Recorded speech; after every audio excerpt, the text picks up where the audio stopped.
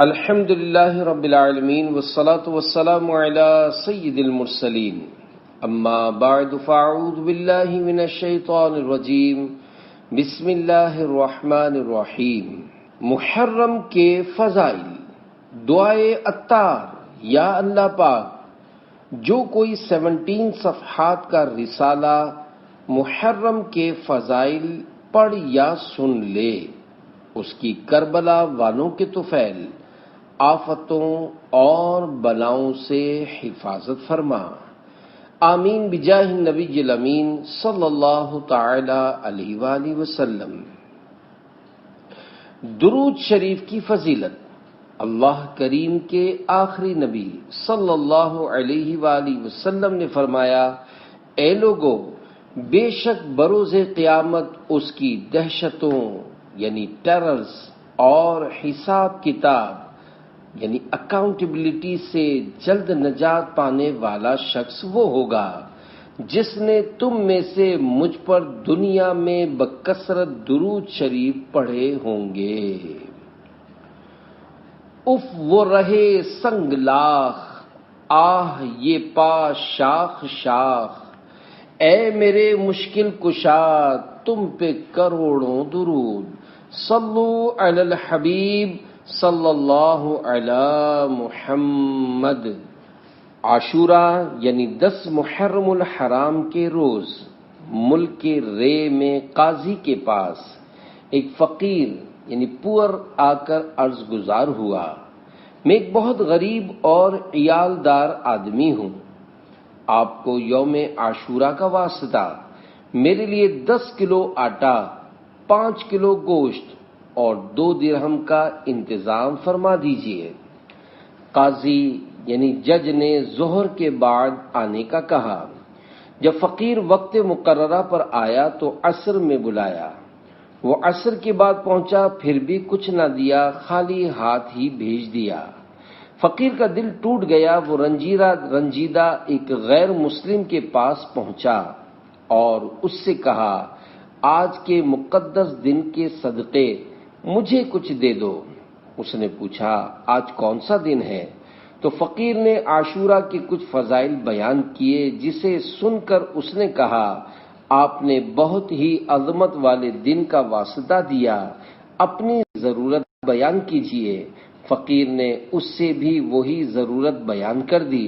اس آدمی نے 10 بوری گندم، 100 کلو گوشت اور 20 درہم پیش کرتے ہوئے کہا، یہ آپ کے اہل و عیال کے لیے زندگی بھر ہر ماہ اس دن کی فضیلت و عظمت کے واسطے مقرر ہے۔ رات کو قاضی صاحب نے خواب دیکھا، کوئی کہہ رہا ہے، نظر اٹھا کر دیکھ۔ جب نظر اٹھائی تو 2 عالی شان محل پلیسز نظر آئے، ایک چاندی اور سونے کی اینٹوں یعنی برکس کا اور دوسرا سرخ یاقوت کا تھا۔ قاضی نے پوچھا، یہ دونوں محل کس کے ہیں؟ جواب ملا، اگر تم سائل کی ضرورت پوری کر دیتے تو یہ تمہیں ملتے، مگر چونکہ تم نے اسے خالی ہاتھ لوٹا دیا تھا، اس لیے اب یہ دونوں محل فلاں غیر مسلم کے لیے ہیں۔ قاضی صاحب بیدار ہوئے تو بہت پریشان تھے۔ صبح ہوئی تو غیر مسلم کے پاس گئے اور اس سے پوچھا، کل تم نے کون سی نیکی کی ہے؟ اس نے پوچھا، آپ کو کیسے علم ہوا؟ قاضی صاحب نے اپنا خواب سنایا اور پیشکش کی کہ مجھ سے 1,00,000 درہم لے لو اور کل کی نیکی مجھے بیچ دو۔ اس غیر مسلم نے کہا، میں روئے زمین کی ساری دولت لے کر بھی اسے فروخت نہیں کروں گا، اللہ پاک کی رحمت و عنایت بہت خوب ہے۔ یہ کہنے کے بعد وہ کلمہ پڑھ کر مسلمان ہو گیا۔ محرم کہنے کی وجہ۔ پیارے پیارے اسلامی بھائیوں، اسلامی سال کا پہلا مہینہ محرم ہے۔ اس ماہ مبارک کی حرمت یعنی تعظیم کی وجہ سے اسے محرم کا نام دیا گیا ہے۔ اللہ پاک نے اسلامی سال کا آغاز محرم الحرام کے بابرکت مہینے سے فرمایا اور ہمیں اس میں اجر و ثواب اور خیر و برکت کے کثیر مواقع عطا فرمائے۔ بندہ مومن کے لیے اپنا پسندیدہ بندہ بننے کی راہیں کھول دیں تاکہ سال کے شروع ہی سے بندہ اپنے رب کے قریب ہو جائے اور توبہ کرے تو اس کے گناہ بخش دیے جائیں۔ نیکیوں کا اثر بندے پر سال کے اختتام تک رہے، حتیٰ کہ سال کا آخری مہینہ ذوالحجۃ الحرام بھی عبادت میں گزرے۔ امید ہے کہ اس کے لیے پورے سال کی اطاعت لکھی جائے، کیونکہ جس کے عمل کی ابتدا اور انتہا عبادت پر ہو تو وہ اس حکم میں ہے جو دونوں وقتوں کے درمیان بھی عبادت میں ہی لگا رہا ہو۔ عبادت میں گزرے میری زندگانی، کرم ہو کرم یا خدا یا الہی۔ صلو علی الحبیب صلی اللہ علی محمد۔ محرم کے دو فضائل۔ نمبر 1، ایک شخص حضور نبی اکرم صلی اللہ علیہ وآلہ وسلم کی بارگاہ میں حاضر ہوا اور عرض کی، یا رسول اللہ صلی اللہ علیہ وآلہ وسلم، رمضان کے علاوہ میں کس مہینے میں روزے رکھوں؟ ارشاد فرمایا، اگر تم نے رمضان کے بعد کسی مہینے کے روزے رکھنے ہوں تو محرم کے روزے رکھو کہ یہ اللہ پاک کا مہینہ ہے۔ اس مہینے میں ایک دن ہے جس میں اللہ پاک نے ایک قوم کی توبہ قبول فرمائی اور دوسروں کی توبہ بھی قبول فرمائے گا۔ نمبر 2، نبی کریم صلی اللہ علیہ وآلہ وسلم نے ارشاد فرمایا، ماہ رمضان کے بعد سب سے افضل روزے اللہ پاک کے مہینے محرم کے روزے ہیں، اور فرض نماز کے بعد سب سے افضل نماز رات کی نماز ہے۔ محرم کے پہلے عشرے کی عظمت۔ حضرت سیدنا ابو عثمان نہدی رحمت اللہ علیہ فرماتے ہیں، صحابہ کرام 3 عشروں 10 days کی تعظیم کیا کرتے تھے۔ نمبر 1، رمضان المبارک کا آخری عشرہ۔ نمبر 2، ذوالحجۃ الحرام کا پہلا عشرہ۔ نمبر 3، محرم الحرام کا پہلا عشرہ۔ یوم عاشورہ۔ پیارے پیارے اسلامی بھائیوں، اس مبارک ماہ میں 10 محرم الحرام کو خصوصی اہمیت حاصل ہے۔ اسے یوم عاشورہ کے نام سے جانا جاتا ہے۔ 10 محرم الحرام کو عاشورہ کہنے کی ایک وجہ یہ بھی ہے کہ اس دن اللہ پاک نے 10 انبیاء کرام کو اعزاز و اکرام سے نوازا۔ یوم عاشورہ کی مبارک نسبتیں۔ یوم عاشورہ کو انبیاء کرام علیہم السلام سے خصوصی نسبت حاصل ہے۔ نمبر 1، یوم عاشورہ کو حضرت سیدنا موسیٰ کلیم اللہ علیہ السلام کی مدد کی گئی اور فرعون اور اس کے پیروکار یعنی فالوورز اس میں ہلاک ہوئے۔ نمبر 2، حضرت سیدنا نوح نجی اللہ علیہ السلام کی کشتی جودی پہاڑ پر ٹھہری۔ نمبر 3، حضرت سیدنا یونس علیہ السلام کو مچھلی کے پیٹ سے نجات ملی۔ نمبر 4، حضرت سیدنا آدم صفی اللہ علیہ السلام کی قبولیت توبہ کا دن ہے۔ نمبر 5، حضرت سیدنا یوسف علیہ السلام کنویں سے نکالے گئے۔ نمبر 6، اسی دن حضرت سیدنا عیسیٰ روح اللہ علیہ السلام کی ولادت ہوئی اور اسی دن آپ علیہ السلام کو آسمان پر اٹھایا گیا۔ نمبر 7، عاشورہ کے دن ہی حضرت سیدنا داؤد علیہ السلام کی توبہ قبول ہوئی۔ نمبر 8، حضرت سیدنا ابراہیم خلیل اللہ علیہ السلام کی اسی دن ولادت ہوئی۔ نمبر 9، حضرت سیدنا یعقوب علیہ السلام کی بینائی کی کمزوری اسی دن دور ہوئی۔ نمبر 10، حضرت سیدنا ادریس علیہ السلام کو آسمان پر اٹھایا گیا۔ نمبر 11، اسی روز اللہ پاک نے حضرت سیدنا ایوب علیہ السلام کی آزمائش دور فرمائی۔ نمبر 12، یوم عاشورہ کو ہی حضرت سیدنا سلیمان علیہ السلام کو بادشاہت عطا ہوئی۔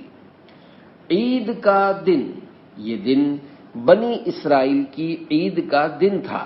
روایت ہے کہ حضرت سیدنا موسیٰ کلیم اللہ علیہ السلام عاشورہ کے دن کتان کے کپڑے پہنتے اور اسمت سرما لگایا کرتے تھے۔ عہد رسالت اور یوم عاشورہ۔ زمانہ جاہلیت میں قریش یوم عاشورہ کا روزہ رکھتے۔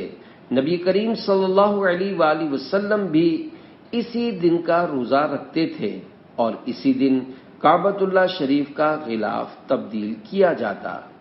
خیبر اور مدینہ منورہ میں یہودیوں کی بہت بڑی تعداد آباد تھی، چونکہ ان کا تعلق بنی اسرائیل سے تھا اور بنی اسرائیل نے یوم عاشورہ ہی کو فرعون سے نجات پائی تھی، لہذا اس دن کو بطور عید منایا کرتے اور روزہ رکھا کرتے۔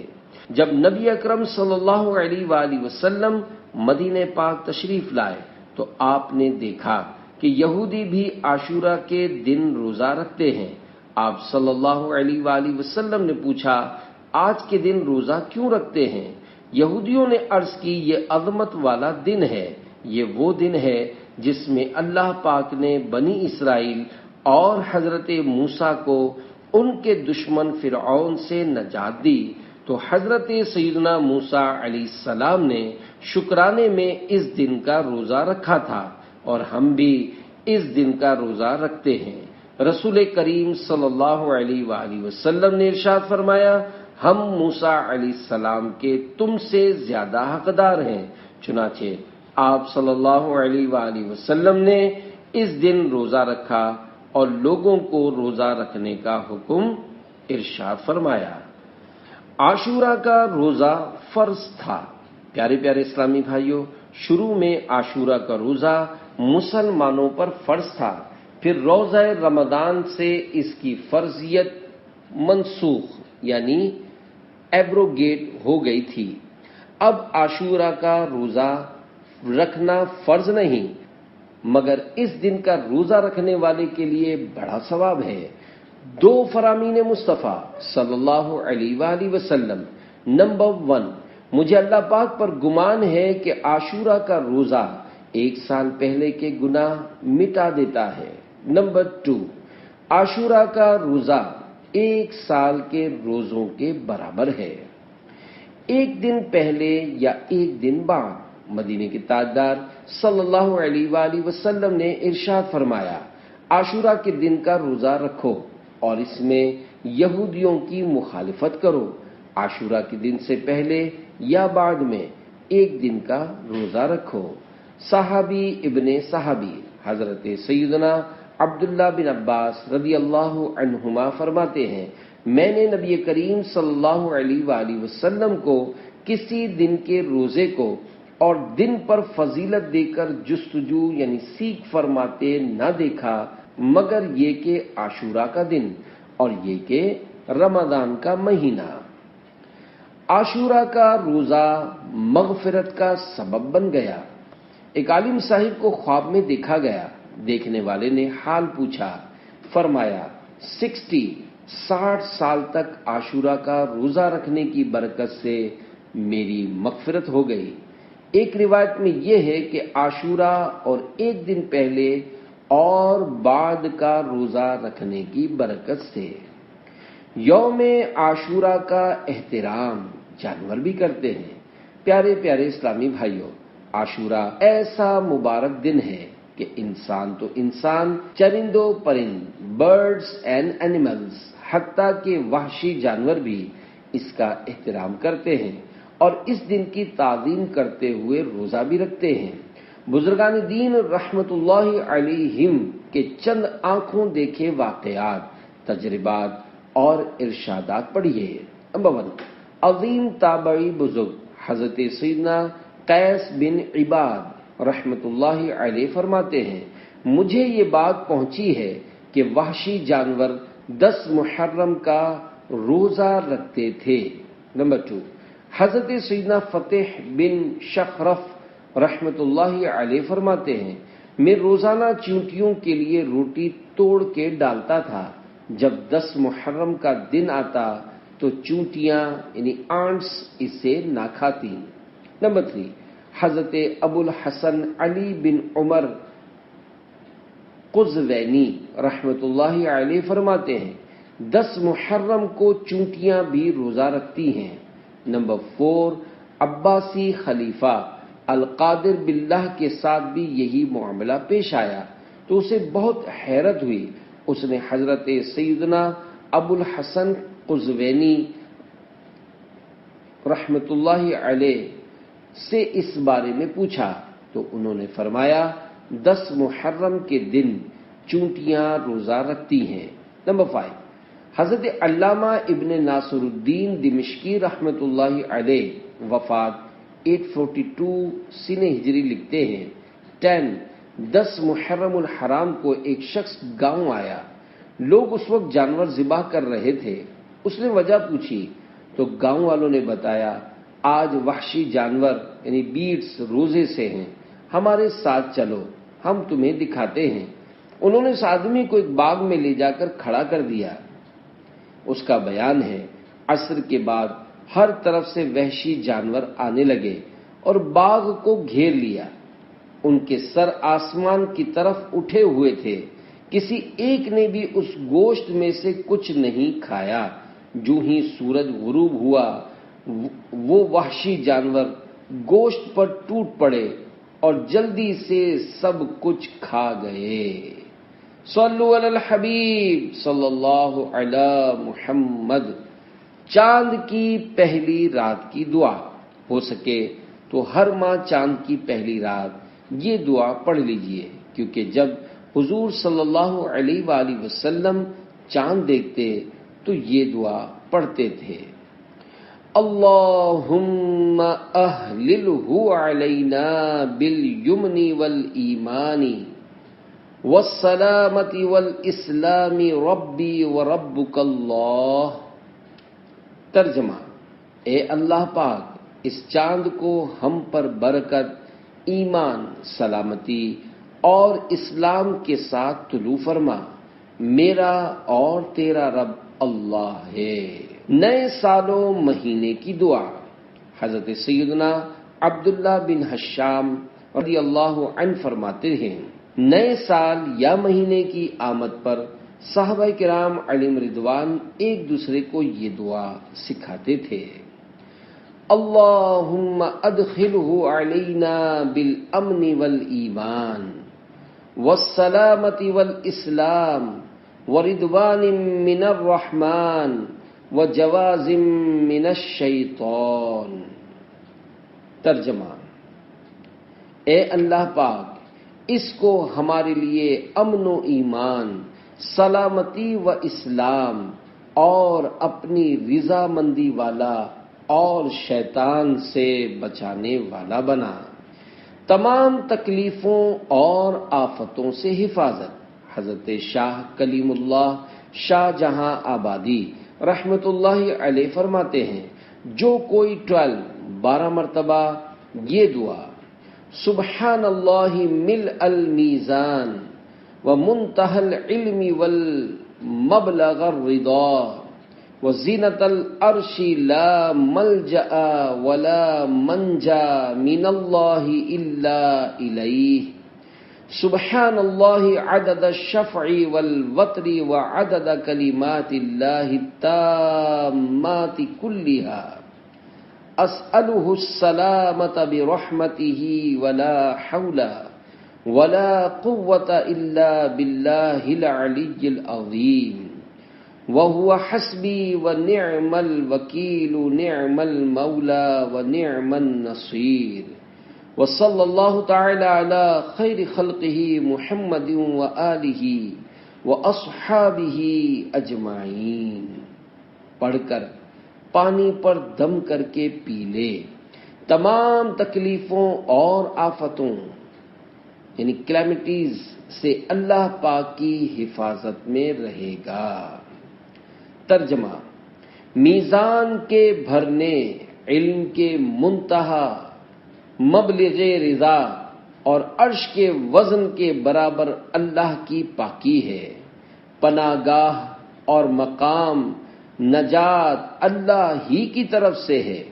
ہر جفت و طاق اور اللہ پاک کے تمام کامل کلمات کے برابر اس کی پاکی ہے. میں اللہ پاک سے سلامتی اور رحمت کا سوال کرتا ہوں، اور گناہ سے بچنے کی قوت اور نیکی کرنے کی طاقت اللہ ہی کی طرف سے ہے، اور اللہ کافی ہے. اور کیا ہی اچھا کار ساز ہے، اور کیا ہی اچھا والی، اور کیا ہی اچھا مددگار ہے. اللہ پاک کی رحمت ہو اپنی مخلوق میں سب سے بہتر محمد صلی اللہ علیہ وآلہ وسلم پر، ان کی آل پر، اور تمام صحابہ کرام علیہم رضوان پر.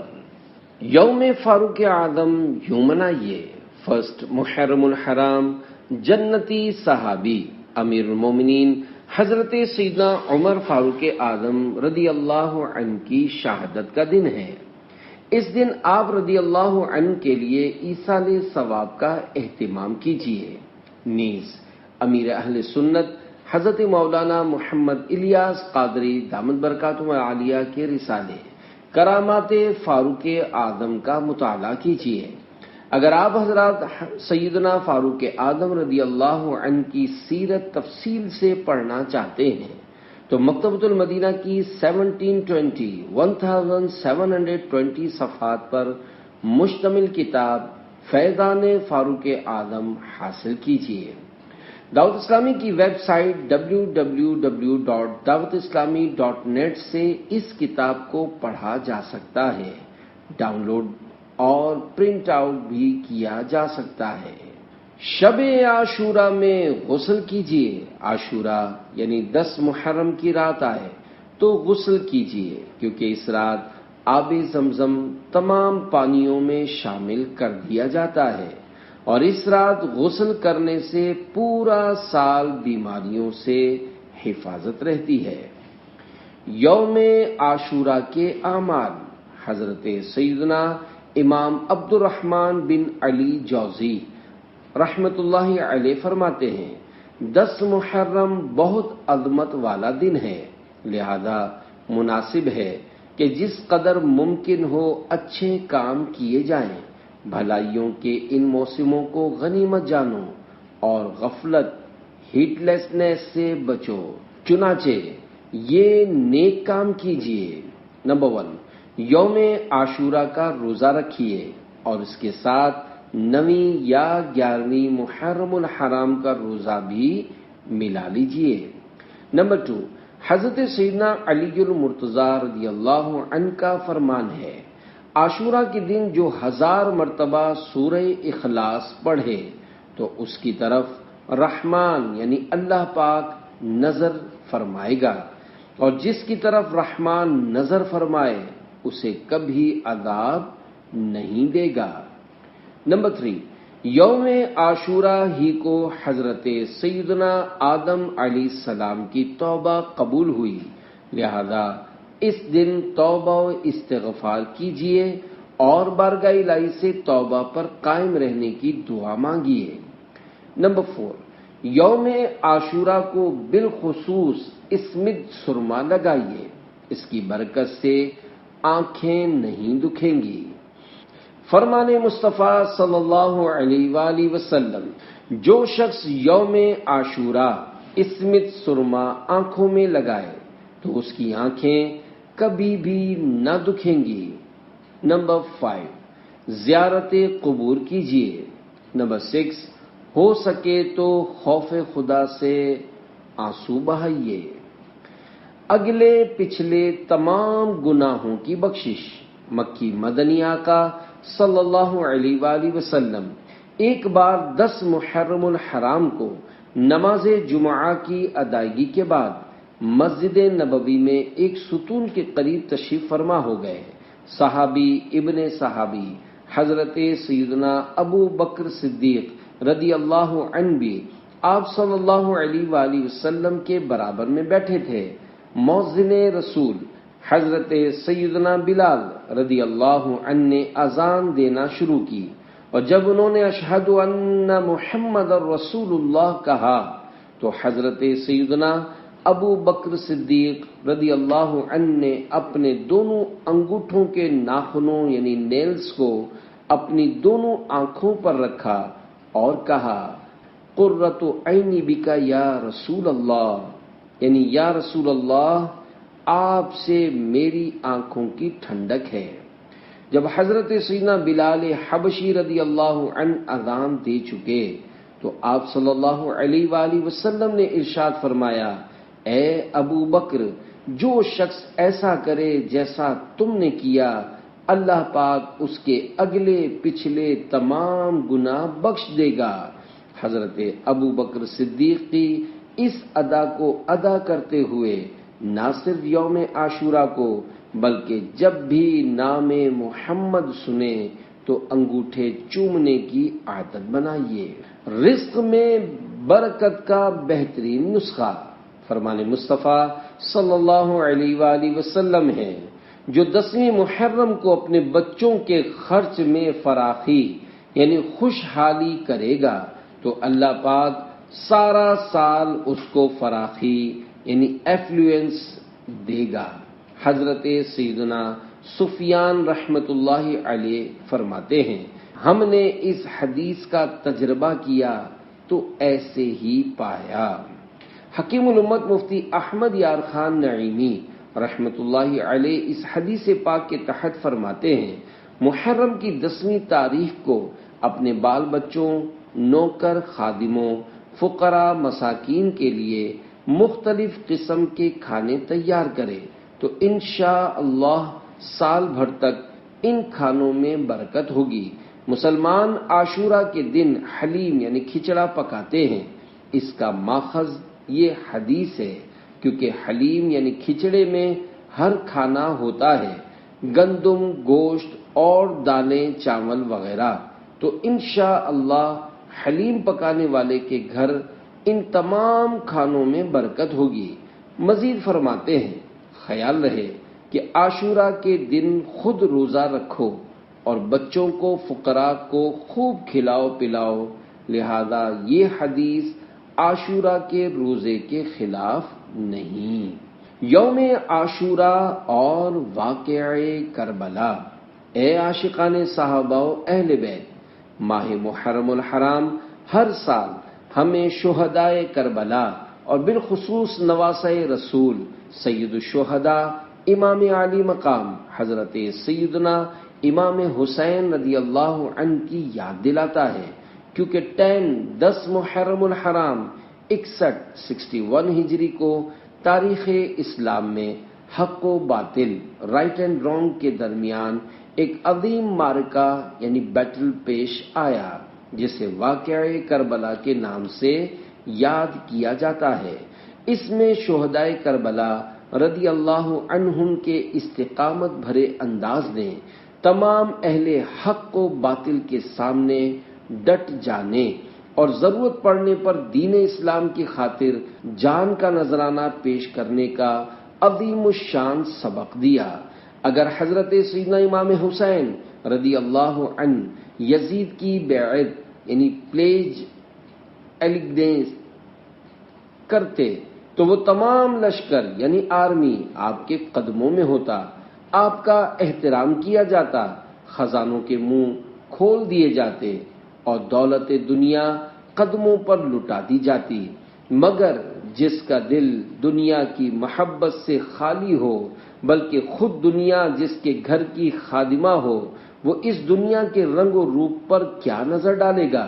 حضرت سیدنا امام حسین رضی اللہ عنہ نے راحت دنیا کے منہ پر ٹھوکر مار دی اور راہ حق میں پہنچنے والی مصیبتوں کا خوش دلی سے استقبال کیا، اور اس قدر آزمائشوں کے باوجود یزید پلید جیسے فاسق معلن یعنی اعلانیہ گناہ کرنے والے شخص کی بیعت کا خیال بھی اپنے مبارک دل میں نہ آنے دیا، اپنا گھر لٹانا، اپنا خون بہانا منظور فرمایا، مگر اسلام کی عزت پر حرف نہیں آنے دیا۔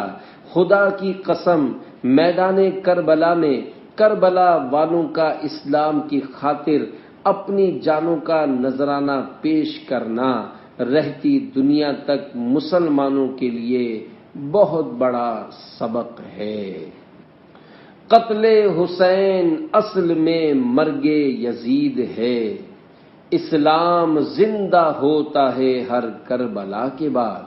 کاش ہم بھی اہل بیت اطہار کی محبت و الفت کو دل میں بساتے ہوئے ان کی مبارک سیرت پر عمل کر کے دنیا و آخرت کو روشن بنائیں اور اللہ پاک کی رضا و خوشنودی حاصل کریں۔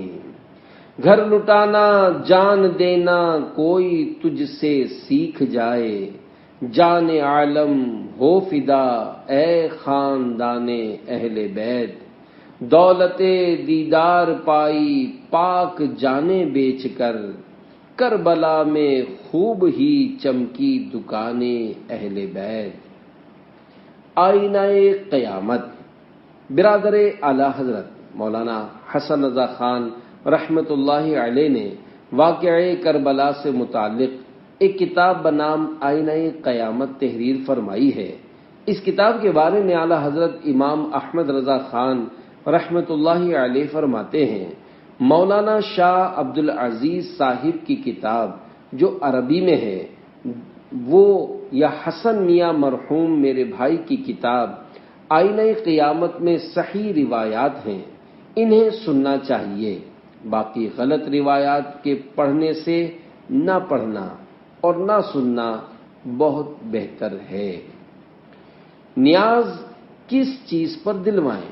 حضرت مفتی محمد امجد علی اعظمی رحمت اللہ علیہ فرماتے ہیں، ماہ محرم میں 10 دنوں تک خصوصاً 10ویں کو حضرت سیدنا امام حسین رضی اللہ عنہ و دیگر شہدائے کربلا کو ایصال ثواب کرتے ہیں۔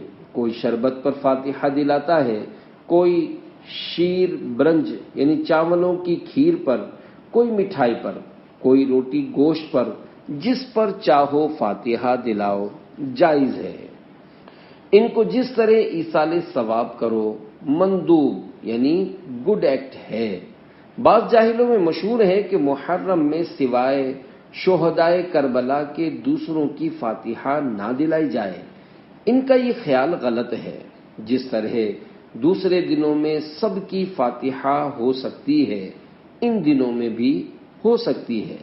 اعلی حضرت رحمت اللہ علیہ فرماتے ہیں، شیرنی یعنی سویٹس وغیرہ پر حضرات شہدائے کرام کی نیاز دینا بے شک باعث اجر و برکات ہے اور عشرہ محرم شریف اس کے لیے زیادہ مناسب۔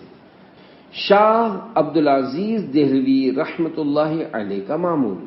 حضرت شاہ عبدالعزیز محدث دہلوی رحمت اللہ علیہ کے گھر سال میں 2 محافل ہوا کرتی تھیں۔ نمبر 1 محفل میلاد، نمبر 2 محفل شہادت امام حسین رضی اللہ عنہ۔ اسی دوسری محفل کا ذکر کرتے ہوئے فرماتے ہیں، یہ محفل بروز عاشورہ یا اس سے 1 دن قبل ہوتی ہے۔ اس میں 400-500 آدمی بلکہ 1000 آدمی جمع ہوتے ہیں اور درود شریف پڑھتے ہیں۔ اس کے بعد جب فقیر آتا ہے تو لوگ بیٹھتے ہیں، حضرت سیدنا امام حسن و حسین کے حدیث شریف میں آنے والے فضائل بیان کیے جاتے ہیں، پھر ختم قرآن کریم کیا جاتا ہے اور 5 آیتیں پڑھ کر کھانے کی جو چیز موجود ہوتی ہے اس پر فاتحہ دی جاتی ہے۔ امیر اہل سنت کی اہل بیت سے محبت۔ پیارے پیارے اسلامی بھائیوں، امیر اہل سنت حضرت علامہ مولانا محمد الیاس عطار قادری رضوی دامت برکاتہم العالیہ عظیم عاشق صحابہ و اہل بیت ہیں، بلکہ آپ دامت برکاتہم العالیہ نے تو لاکھوں کروڑوں عاشقان صحابہ و اہل بیت بنا دیے ہیں۔ اس کی جیتی جاگتی تصویر آپ دامت برکاتہم العالیہ کی تصنیفات و ملفوظات ہیں۔ اہل بیت اطہار کی محبتوں اور ان کی سیرت پر مشتمل امیر اہل سنت کے ان رسائل کا مطالعہ کیجیے۔ کرامات امام حسین، کربلا کا خونی منظر، حسینی دولہا، کرامات شیر خدا، امام حسن کی 30 حکایات۔ یوم عاشورہ کو نذر و نیاز کا اہتمام کرنے کے ساتھ ساتھ وقت کی قربانی دے کر شہیدان و اسیران کربلا کے ایصال ثواب کی نیت سے 8، 9، 10، 8، 9، 10 یا 9، 10، 11 یا 9، 10، 11 محرم الحرام کو مدنی قافلے میں سفر بھی کریں، اس کی خوب برکتیں حاصل ہوں گی انشاءاللہ عز و جل۔ ہر صحابی نبی جنتی جنتی، سب صحابیات بھی جنتی جنتی، صلو علی الحبیب صلی اللہ علی محمد۔